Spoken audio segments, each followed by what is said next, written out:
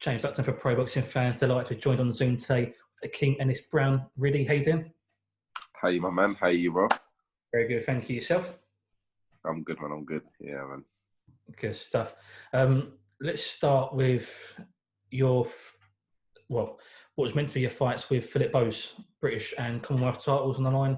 That's fallen through twice now, I believe. How frustrating is that for you, for your big opportunity there? Yeah, man. This is a bit annoying. It was a bit annoying. Obviously, both times, they both, the fights fell through close to, the date. You know what I mean? The fight was right there, and then the fight fell through. And it's, obviously my biggest fight, one of my fights can have. So it was a bit annoying and disappointed on that end. But then at the same time, it's I think everything happens for a reason. So it just gives me more time to prepare. I'm more hungry. And the fight's still going to happen no matter what. So, just can't wait for it to get on. What's it like? Obviously, you go through a training camp. I think the last fight, it was discovered that Philip had something wrong. I think he was urinating blood on the day of the fight. Yeah. So close to the date. How frustrating is it to go through a whole camp? You spent money on that camp, time, dedication to then not fight. Gutting, man. That right then, it was it was just a weird experience. I've never experienced something like that before. I've had fights where I've kind of fell through, had to get a new opponent, different things like that, but never a fight of such a big magnitude, fell through on that close to the fight. It was literally a couple hours before, you know what I mean? So, yeah, I was a bit shocked, surprised, mixture of emotions, you know what I mean? But kind of actually just roll with it, and it kind of showed a lot about myself, how much of a professional I am. These things are going to happen, you know what I mean? So you have to just kind of deal with it. Can't cry, soak about it, you know what I mean? And there's worse things that happen in the world. So once you think of it like that, and you look at the bigger picture, then you just go with it, man, you know what I mean? And like I say, look at the big picture and just have more time to prepare, more hungry. And no matter what, if Philip Bowes gets in the ring with me, he's getting it, and I'm taking him titles. So it's inevitable what can happen. So just go with it. I first saw you when you fought Freddie Hewitt. Now, that was probably your first step-up fight. Okay, yeah. Now, that was your acid test. Since then, you've beaten Chris Jenkins, you've beaten Dara Foley. You've built a good CV since that fight. Yeah. Now, in terms of, obviously, you keep stepping up. You're now at a British title level. Is this where you saw yourself when you started out at this stage? 100%, but I'm not gonna lie. I see myself at this stage a lot quicker. I by now I expected myself what? All right, from the Freddie Hewitt fight, I was been about 2021, round about then, Freddie Hewitt when I fighted Freddie Hewitt. So since then, at 24 now, I expected me to be way ahead on right now, way further ahead. So I'm still happy with where I am, you know what I mean, succession, but I expected to be more further, and I expected more people to have accepted fights, not people to be scared and be so avoided, you know what I mean? I didn't expect it to be like that, but at the same time, you just go with it, So, yeah, definitely planned this, the British, but the British is always going to be just a little stepping stone in where I expected to go. My standards are so way higher than the British, you know what I mean? So that's my annoyance in the fact that we're still on this Philip Bowes fight, you know what I mean? Because by now I should have moved on from the European worlds, you know what I mean? And that's the way I expected my career to go. So, like I say, you just go with it. So, yeah.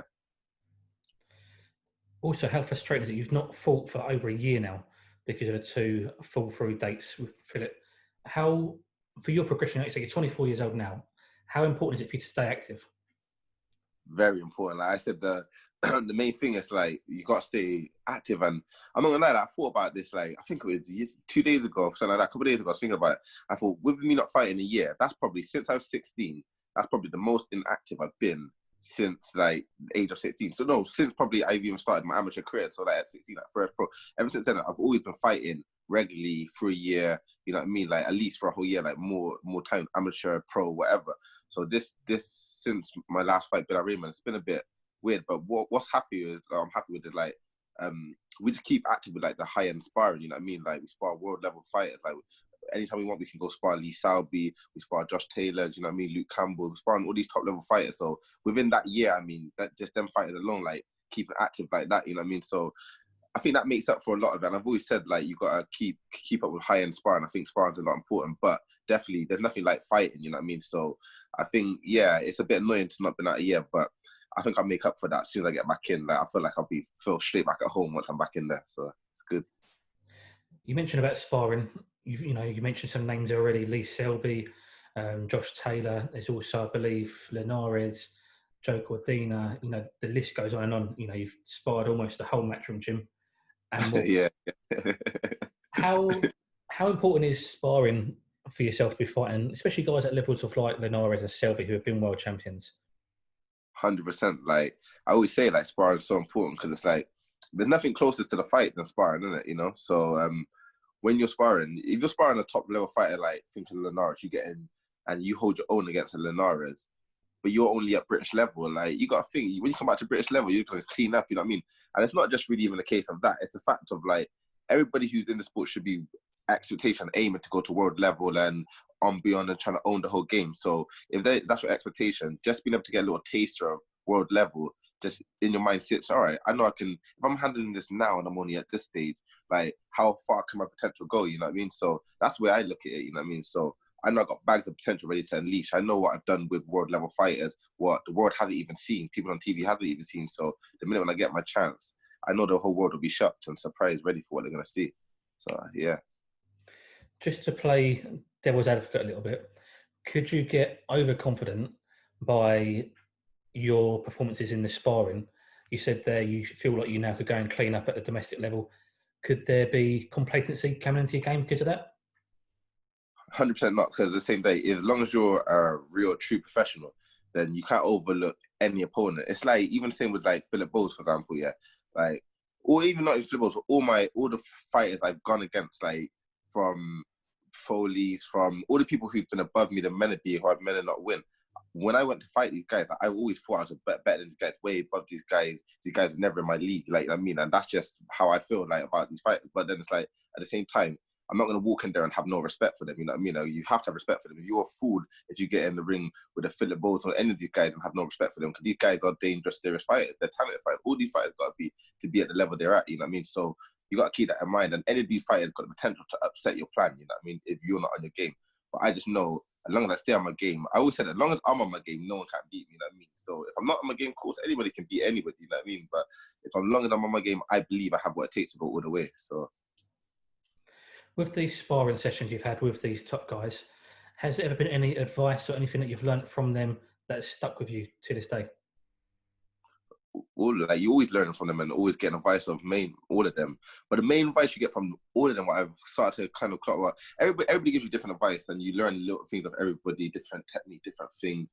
But the main advice I've learned, every fighter, whether it's fighters what are past, present, still going, top end, like the main thing that they all give you is kind of, you got to work hard. As long as you keep working hard, yeah. Like, no matter how talented and how good you are, same thing I was saying, like, as long as you work hard, you can always win. And what I've kind of learned is what they will say is hard work beats talent, you know what I mean? If talent don't work, you know? So, but I feel like, what about if talent and hard work works together, you know what I mean? Like, that got to be like the greatest fight out there, you know what I mean? And that's what I'm trying to achieve to be. That I feel like if I got bags of talent, but I can work really hard and I mix it together, then surely that's got to be the ultimate fighter, so. Let's talk about your journey into boxing. You mentioned this is the longest you've been active since about 16. I believe you started boxing when you was 14. Yeah. Tell me, why did you go to the gym? Why did you start and how did you get to here today? Well, from like the age of 4, I was like always training with my brother. My older brother, he was like into combat sports, all types of combat sports. Like, you know what I mean? He's like a martial arts guru. Like, he was just into all that type of stuff. So he was big on his training and stuff like that. So we spent a lot of time together when we were older, where my parents were always at work. So where he was looking after me, like, he was just like training me up and stuff like that. So in them times, I wasn't really good with like kicking, grappling, all that stuff, yeah. So he's like, you know what, you got good hands, so stick to boxing. So he teach me on like the aspects around boxing, and he's getting people to spar like people in the neighborhood, kids in the neighborhood. I was too good for the kids in the neighborhood, like my own age. So he's getting me his own friends, people older. Then as like I was getting older. So you got to think from the age of 4 up till about 14. This was like transition and keep on going. So as I was just getting better and better, just learning my trade, whatever. He's getting me like big men to spar and stuff like that, you know what I mean? All the way up to like about 14. And it got to put like from 14, I think, I don't know, like I had the love for the sport by that, you know what I mean? It was clear that I had the love for sport. I didn't really know if I could go into boxing or whatnot, because I had this, like, when I was young, I felt like boxing was like this big thing. To become a boxer, you have to go to school, I don't know, do some madness to become a boxer. Like, it's just out there. But then, I don't know, when I just like, we used to be young 14-year-olds, finish school, we used to just like hang around the street. And I remember one of my friends used to go to the gym, and he's like, oh, there's like a first session, it's free or something like that.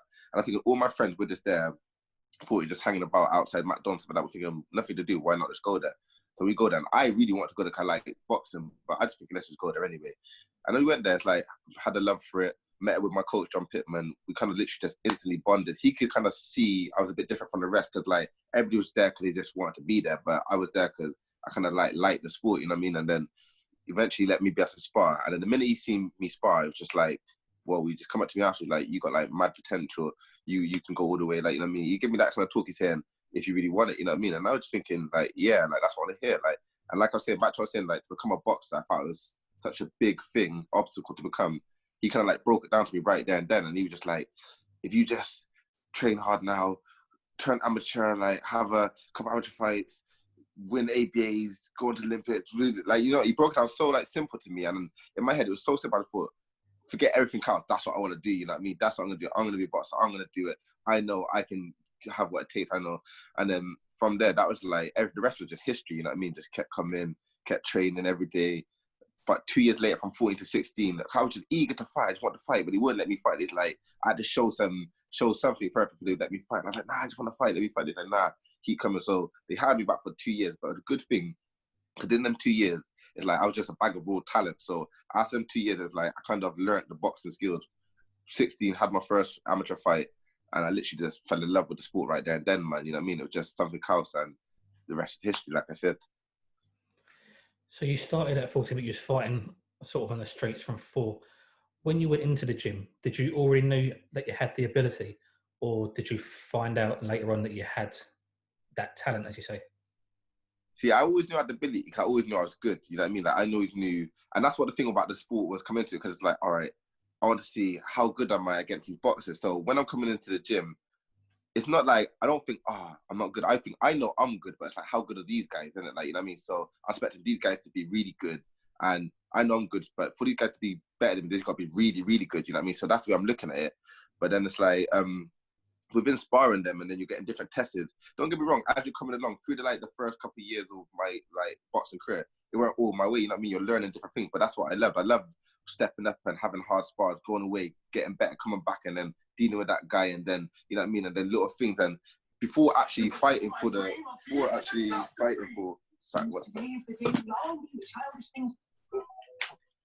Before actually fighting for like the 2 years, it's kind of, we had to make it entertaining for ourselves anyway. So for me to make it entertaining before fighting, it was literally just going around to different gyms sparring, you know what I mean? Sparring guys in the gym, only being the best in my gym to start with. Little things like that, man. And yeah, but I always knew I had talent. I always knew I was good. It was just always been a question to me, how good am I? And even to now, where I sit now in my age right now through the pro grade, it's just like, how good am I? I just want to find out, you know what I mean? Find out how far I can go, how much potential do I have when I'm sparring all these world champions, whatever. All that does is just excite me, interest me even more to want to know how good I am. And it's just always been that since I was a kid to now, man. So yeah, you know. You mentioned there you coach when you started, John Pittman. I believe you're still working together. Yeah. How important is that fighter-coach relationship? I think I can't see nothing more important than that, man. Because I see, like, I get it, like, they say the loyalty runs thin in boxing, you know what I mean? Like, it runs real thin, and I can understand that, you know what I mean? Like, look at the history of boxing, you see that. But I feel like it's important. If you can get it right with you and your coach, then it don't really matter about the rest of it. But if you can get an all-rounded team, like a good, solid team, then mate, you're on a good track. But I think the fighter and the coach is the main thing, like, and if you get a loyal one, ever since I was young, I used to watch Rocky, man. You know what I mean? Like, I fell in love with the movie Rocky. That's what got me into the sport. So I always wanted that Rocky and Mickey relationship. Like, you know what I mean? Like, I always loved that. You know what I mean? And then even like watching Mike Tyson, seeing Custom Model and stuff like that. So when I met with John Pittman, JP, it wasn't anything like I was even looking for that. Like, I'm looking for any coach. It wasn't even that. It's like, I'm here to just do what I can do. You know what I mean? But then it's like we kind of connected. You know what I mean? And it was just, I don't know. He done a lot for me in my life. I've done a lot for him, you know what I mean? I don't know, it's like, I think I can't see my life without him, and then he can see my life without, and I think that's really important, you know, in a box. If you can get that, then I think you've got a solid foundation to go all the way as well. Definitely. You mentioned there Mike Tyson. Let's go on to his rumoured comeback. What are your Yeah, thoughts on it? You know, he's what, 53, 54 years old now. What do you think of his yeah, comeback?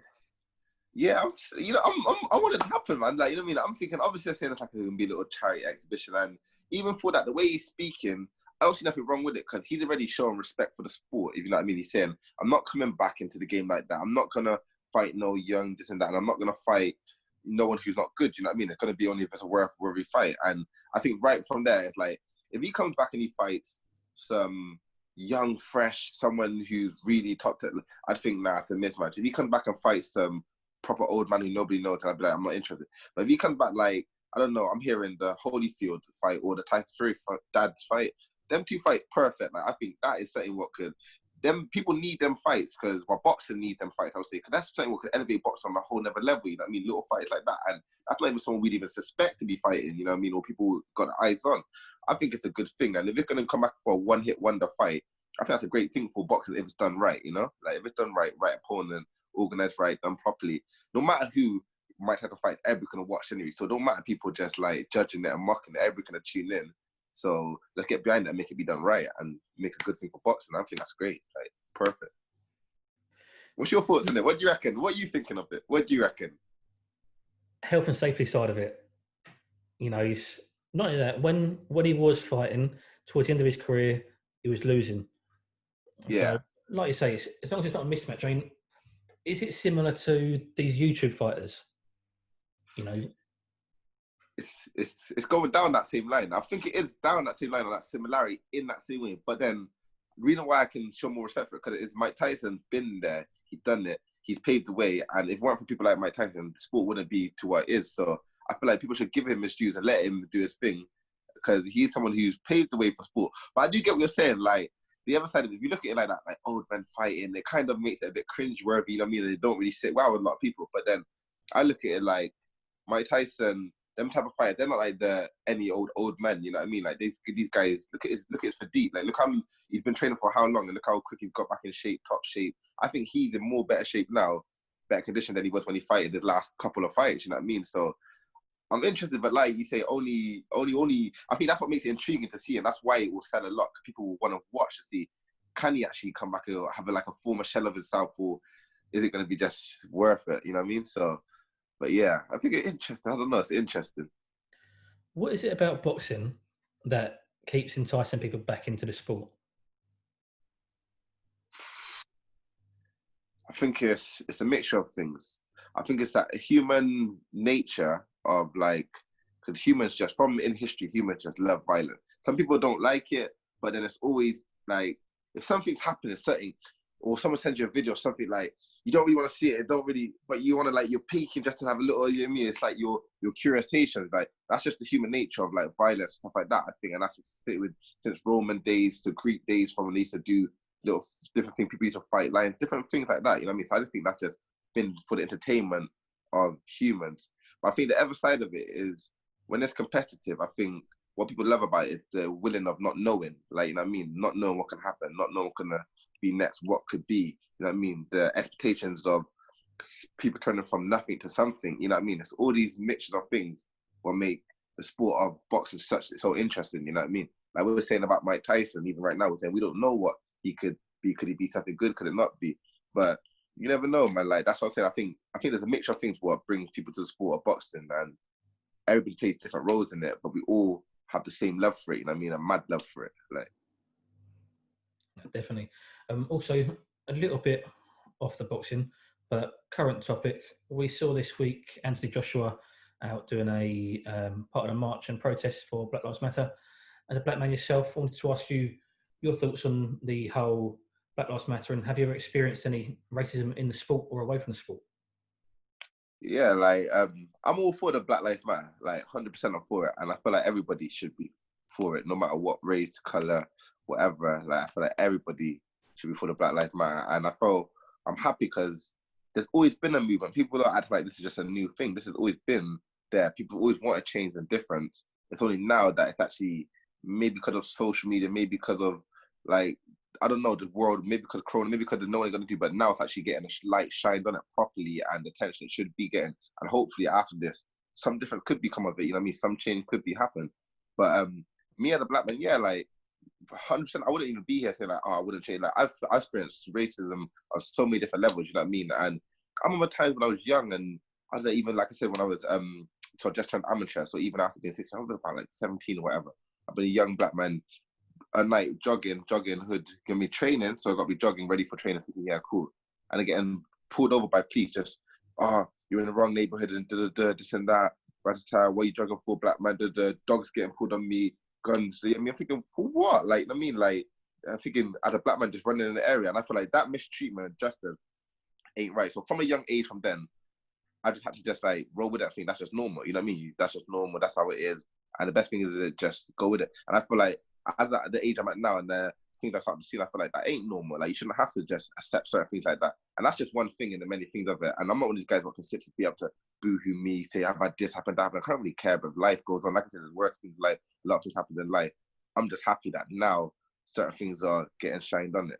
In the sport of boxing, racism, there's always going to be racism everywhere. I think within boxing, I think it's getting like stomped out a lot. You know what I mean? It's not like, I've seen racism in a lot more other sports than boxing, but boxing definitely, like, I've had fights where I've never got a decision because being in a certain area was not right, or where my colour don't fit or whatever.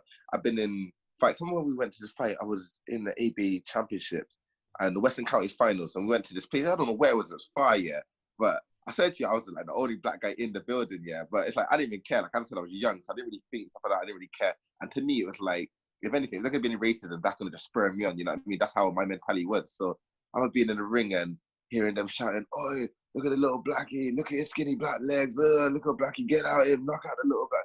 And I'm thinking to myself, I'm looking at my coach John Pittman, thinking, "What? Like, you know what I mean?" And he just like, go out there and shut them as a, like, you know what I mean? So I was like, "All right, cool." Went out there, boom, first round, clap the guy, drop the guy. You know what I mean? And like I said, that just spurred me on to go out there and do big things. But like I said, getting out the ring of that, you think it's normal, roll with it. It's normal, whatever. That's just how it is. I'm happy I want to go with it. But like I said, that ain't normal. And even looking at your face while you're watching it, you're just thinking, right, you can tell, like, that stuff ain't normal. You shouldn't have to think like that. So I'm happy that this Black Lives Movement is actually having a big effect, you know what I mean, and doing good. And I hope it can stay more peaceful than anything. But, you know what I mean, I can understand people's frustrations to why people have to act just to get a bit of people to be heard, you know? So I do understand.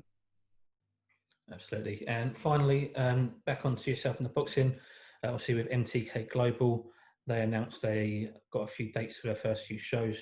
Have you been told when you were looking at getting out? Do you know when, where? Will it be Philip Bowes? Yeah, I've been told. Obviously, it's the Philip Bowes fight. This fight has to happen basically before moving on for anything else. So we've still got this title shot. So yeah, so I'll be dealing with the Philip Bowes fight for the British Commonwealth. Been told that all goes well, it's going to be this summer. I think we're just waiting on the government's all okay, but everything's so far looking good. So if everything all goes well, it'll be August. We'll be looking at August, them dates behind closed doors, but we'll be televised, stuff like that. So yeah, man, like, I'm excited for that, and that's giving me my motivation through this like hard times, like COVID and all that. You know what I mean? It's hard to get motivated in that, but it's good to just know that I got something in line. I'm gonna be there. I'm gonna be one of the first back out fighting. Can't wait to go out there and do it. And for me, I'm just excited to literally get this fight done. Not looking past the balls, but get this fight done and to see what the future holds. You know what I mean? Move on to what's next. You know, and then go cement my name in history, make my legacy. That's what I'm ready to go do. Absolutely. Well, thank you very much for your time today. Really, really appreciate you joining us on Pro Boxing Fans. You too, man. Enjoy the little chat, bro. Anytime, man. Anytime.